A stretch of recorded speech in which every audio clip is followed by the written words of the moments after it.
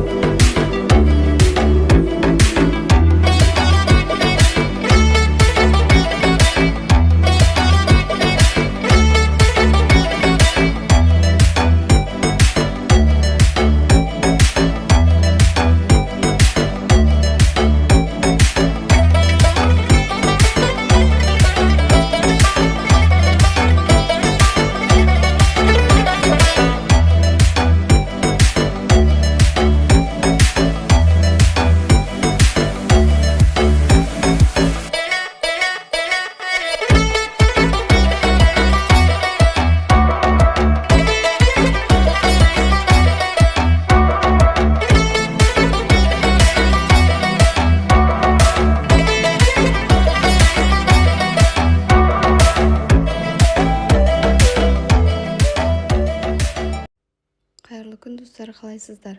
Бүгін біз сіздермен 3 заттан тұратын салат дайындайтын боламыз.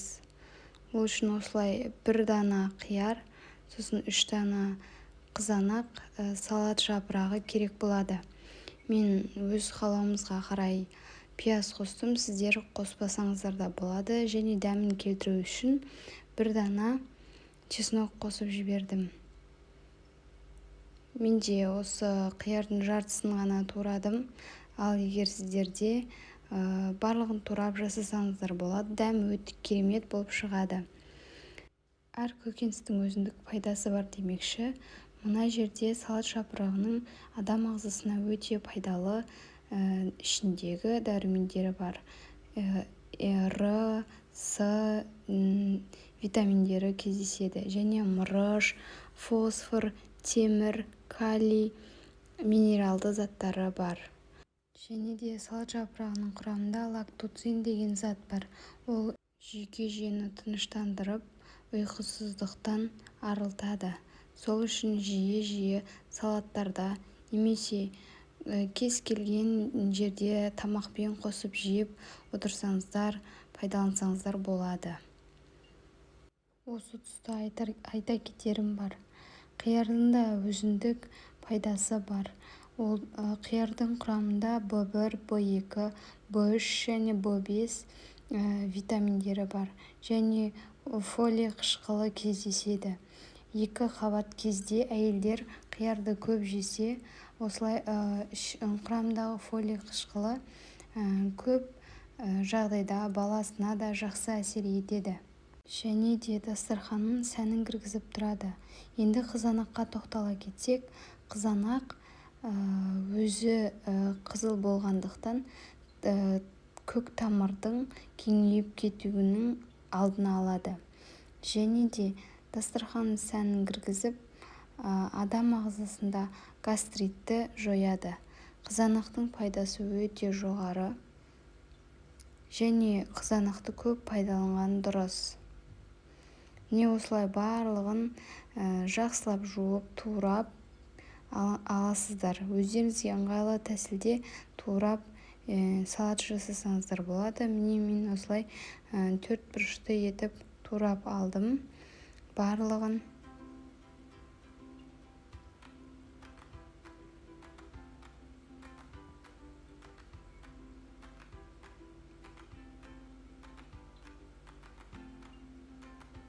Барлығын турап алған соң осылай 1 шай қасық тұз, содан соң 1 шай қасық қызыл бұрыш, қара бұрыш қосып жақсылап араластырып алдым. Сіздер өздеріңізге ұнаған приправаларды сепсеңіздер болады. Бізге тек осы 3 қана зат жеткілікті болды. Сіздерге ас болсын. Менімен бірге соңына дейін болғандарыңыз үшін рахмет. Каналыма тіркеліп, қоңырауша белгісін все батырмасын басып кетіңіздер. Сіздермен болған Гүлшат. Сау болыңыздар. Міндетті түрде осы салатты жасап жеп көріңіздер. Сіздерге өте қатты ұнайтынына сенімдімін.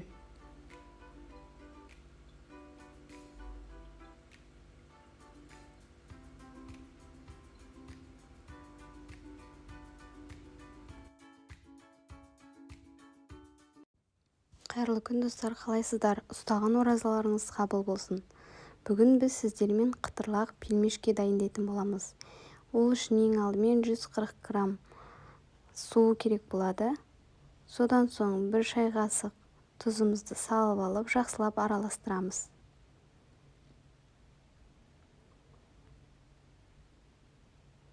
Егер де сіздер көп мөлшерде жасағыларыңыз келсе, тура осы рецептпен 2 есе қосасыздар.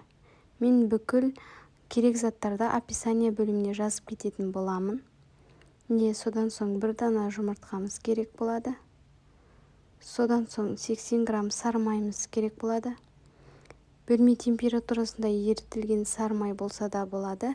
Мен алдын ала микроволновкада ерітіп алдым. Осылай жақсылап араластырып, ұнымызға алдын ала 1 шай қасық разрыхитель қосып алдым. Содан соң дрожжи саламыз. 1 шай қасық. Менде дрожжи қосылған жері түспей қалыпты. Сіздер міндетті түрде қосыңыздар. Осылай жақсылап араластырып аламыз. Бізде 400-500 граммдай ұн кетті. Міндетті түрде ситадан өткізіп алып қосыңыздар. Осылай басын жақсылап біріктіріп алатын боламыз.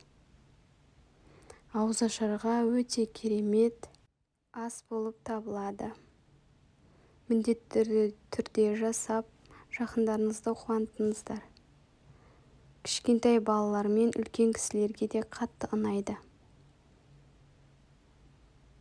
Міне осылай басын біріктіріп болған соң, 1 сағатқа немесе жарты сағатқа бетін жауып осылай қойып қоямыз. Міне тынған қамырымыз осылай әдемі болып шығады. Ешқандай да қолға жабыспайды. Көп ұн пайдаланбастан жаюға да болады. Мен 3 бөлікке бөліп алдым.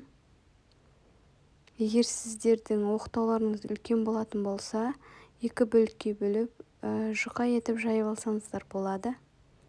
Менде оқтауым орташа көлемде болғандықтан 3 бөлікке бөліп алдым.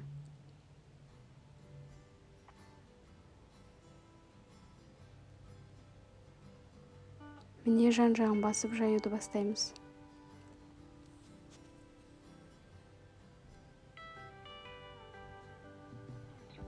Өте дәмді болып шығады. Міндетті түрде жасап көріңіздер. Егер сіздерге тағы да рецепттер керек болса, менің каналыма тіркеліп, қоңырауша белгісін басып кетіңіздер. Менде жаңа сіздерге пайдалы рецепттер көп.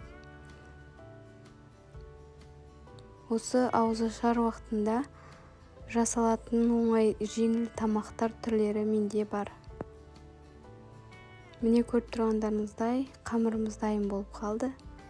Енді оны осылай мантының қамырын орағандай осылай орап алатын боламыз. Бірін үстіне бірін осылай қойып, бір-біріне мүлдем жабыспайды, уайымдамаңыздар. Өйткені біздің қамырымызда сары май бар. Осылай көлемде кесіп алсаңыздар болады.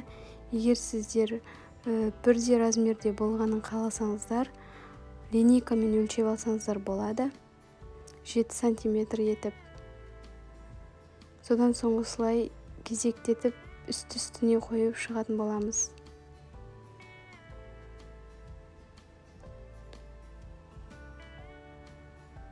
Қойып шыққан қамырымыздың шетінен бастап кесіп аламыз.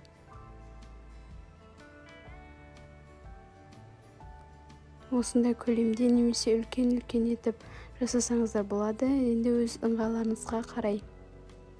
Менде кіші көлемін ұнататын болғандықтан осылай кіші етіп кесіп алдым.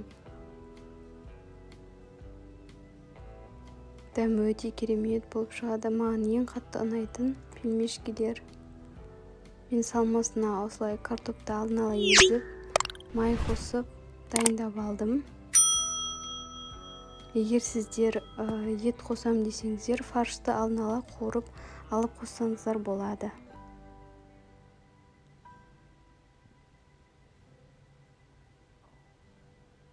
Осылай орташа көлемде салып аласыздар. Барлығын осылай салып болған соң, шетінен бастап түйіп бастаймыз.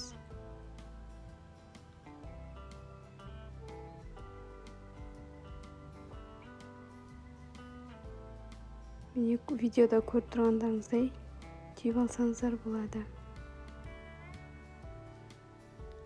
Немесе үлкен көлемде заказға сатсаңыздар болады. Бірақ ол кезде сантиметрмен өлшеп алсаңыздар өте керемет болады. Менің видеомды соңына дейін көргендеріңіз үшін рахмет. Міне осылай қызып тұрған майға салып алатын боламыз.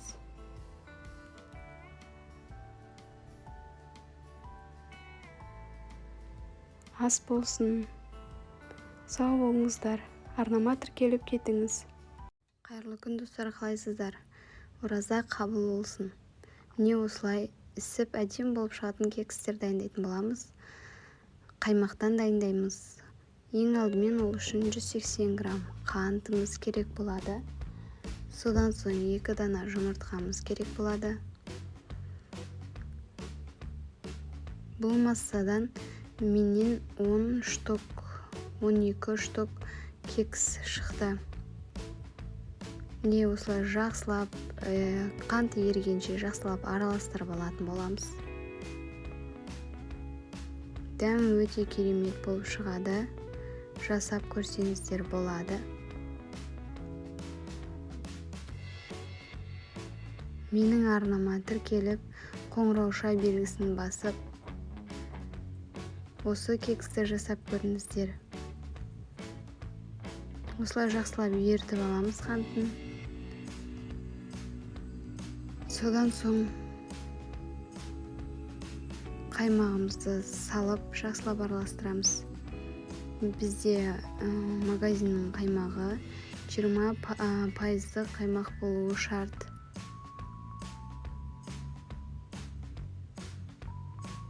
Осылай жақсылап араластырып алатын боламыз.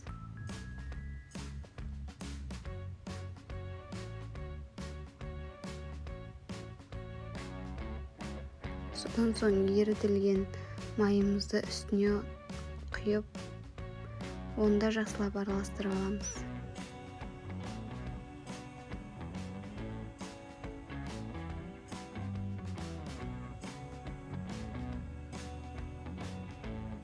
Түйіршіктер қалып кетпеу керек әрине. Менде май толық ерітілмегендіктен кішкене түйіршіктері қалып кетті.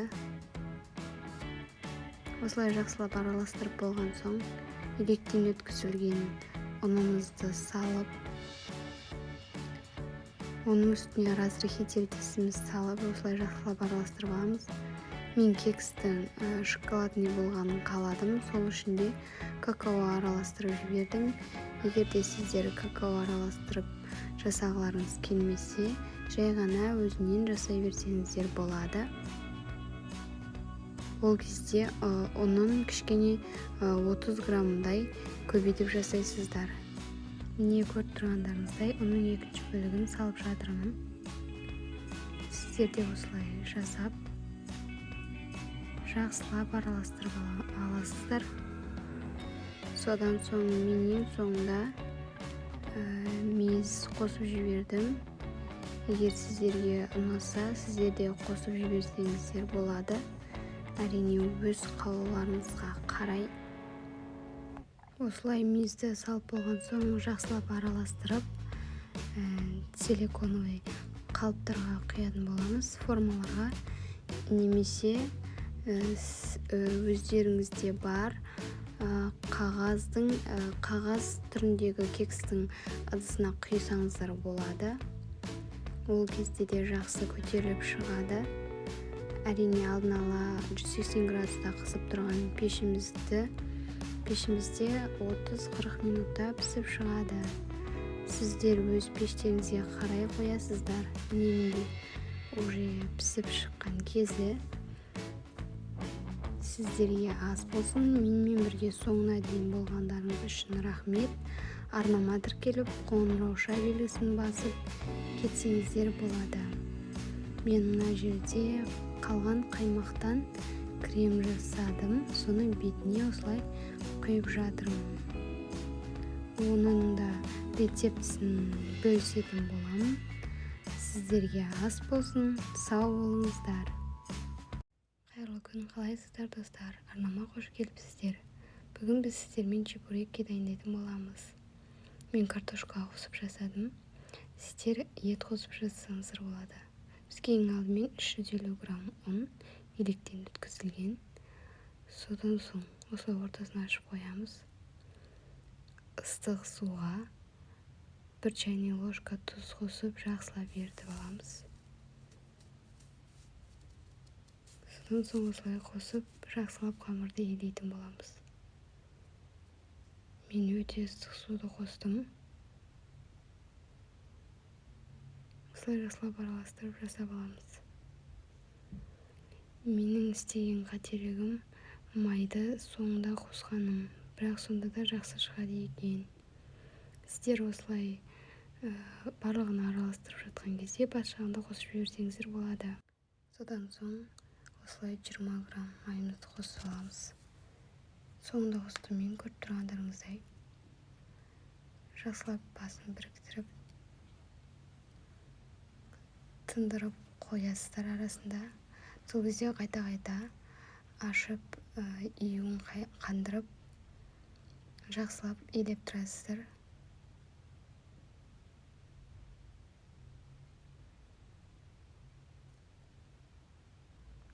Міне басы бірікті. Енді бетін жауып 10-15 минутқа қойып салмасын дайындайтын боламыз.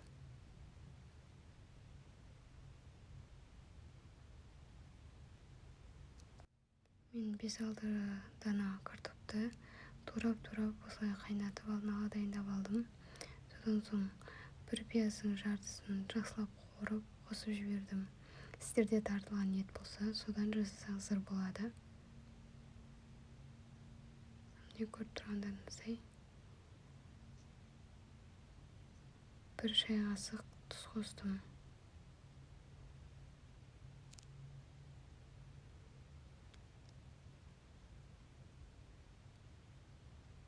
Осылай жақсылап езіп, май, сүт болса, сүт қосып жіберсеңіздер болады.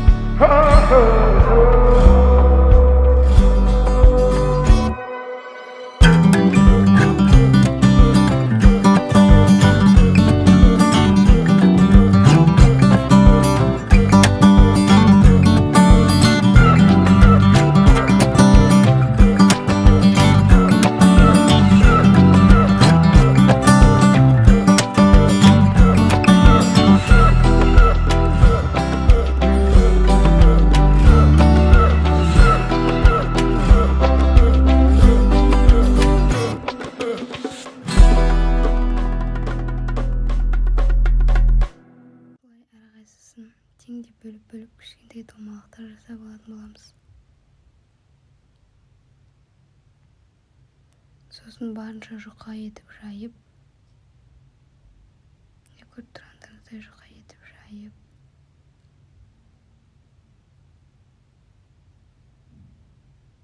салмасын ортасына салып, шанышқымен басып шықтым. Мұнда екіншісін жайып көрсетіп жатырмын. Осылай жұқа етіп жайып. Мен арасында ұн пайдаланып отырдым әрине. Бірақ тым қатты жабыспайды оқтауға. Осылай жұқа етіп жайып алатын боламыз. Дайын болған қамырымыздың ортасына салмасын салып, жанын толықтай бекітіп, үстінен шанышқымен басып шықсаңыздар әдемі көрінеді. Егер де дұрыс жабылмаған болса, ішіндегі картобы сыртқа шығып, майда қара түске енгізіп жіберуі мүмкін.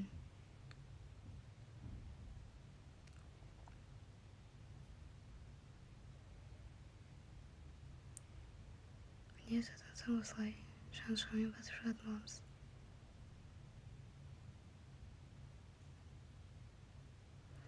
Ішіне ауа қалдыратын боламыз міндетті түрде. Сол кезде біздің чебурекелеріміздің сырттарында бөртік болып әдемі болып көрініп тұратын болады.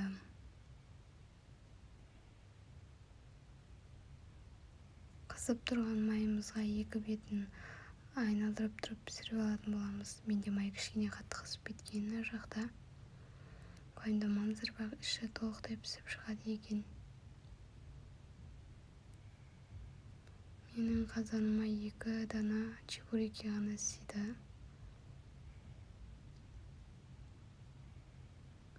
Осылай қызарып әдемі болып шығады екен. Жасап көріңіздер. Менің арнама тіркеліп, қоңырауша белгісін басып, достарыңызбен бөлісіп жасап көріңіздер. Қып-қызыл болып пісіп шықты. Сіздерге ас болсын. Сау болыңыздар.